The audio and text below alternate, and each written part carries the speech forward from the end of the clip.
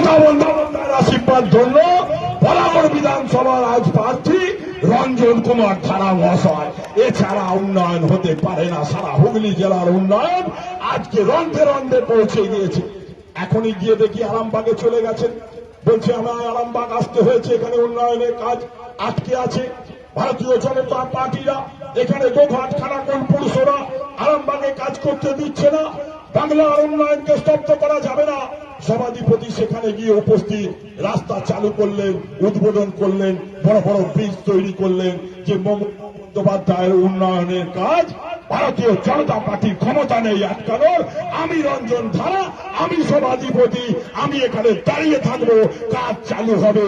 এটাই তো উন্নয়ন, আর এটাই তো দরকার আমাদের প্রত্যেক জায়গায়। আমাদের সৌভাগ্য আমরা সেই নামে একজন মানুষকে বলাগড় বিধানসভায় আমরা প্রার্থী পেয়েছি। আমরা মমতা বন্দ্যোপাধ্যায়কে নত মস্তিষ্কে শত কোটি প্রণাম জানাই। অভিষেক বন্দ্যোপাধ্যায়কে আমরা ধন্যবাদ কৃতজ্ঞতা জানাই। আমাদের এই বলাগড় গরিবী এলাকা, কৃষি প্রধান এলাকা, গরিব ক্ষেত মজুর শ্রেণীর মানুষের বাস, দিন আনে দিন খায়। আমরা কথাতেই বলি Balagarh block BPL block, Balagarh block BPL block. কারণ আমরা গরিব মানুষের বসবাস, আমরা যারা আছি প্রত্যেকেই আপনার আমার মতো ঘরের গরিব মানুষের ঘরের ছেলেরাই আমরা এই জায়গায় পলিটিক্স করি। মমতা বন্দ্যোপাধ্যায় সেই কান্না শুনতে পেয়ে এখনো পর্যন্ত গরিব ঘরেই বসবাস করে আসছেন রঞ্জন কুমার ধারাকে। সেই জন্য বলাগড় মানুষের স্বার্থে আজকে এই জায়গায় প্রার্থী করেছেন, যিনি মানুষের দুঃখের কথা বুঝবেন, যিনি মানুষের বেদনার কথা বুঝবেন, যিনি মানুষের হানির খবর নেবেন।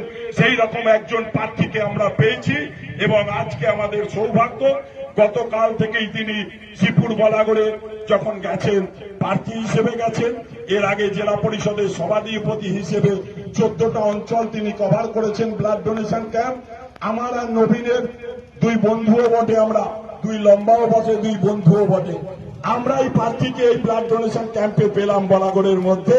নবীন গাঙ্গুলি কালকে পেয়েছে, আজকে আমরা প্রার্থী হিসেবে রঞ্জন ধারাকে ধন্যবাদ জানাচ্ছি, পেয়েছি আমরা। সকলে মিলে একটু জোরে করতালি দেবেন রঞ্জন ধারার জন্য।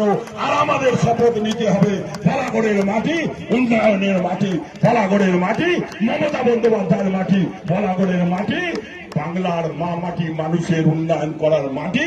বলাগড়ে আমরা রঞ্জন ধারাকে সকলে মিলে কাঁধে কাঁধ মিলিয়ে একত্রিত হয়ে বলাগড় ব্লক থেকে 30 থেকে 35 হাজার ভোটে জেতাতেই হবে, জিতিয়ে বাংলার মুখ্যমন্ত্রী মমতা বন্দ্যোপাধ্যায়কে চতুর্থবারের জন্য মুখ্যমন্ত্রী আমাদেরকে করতে হবে।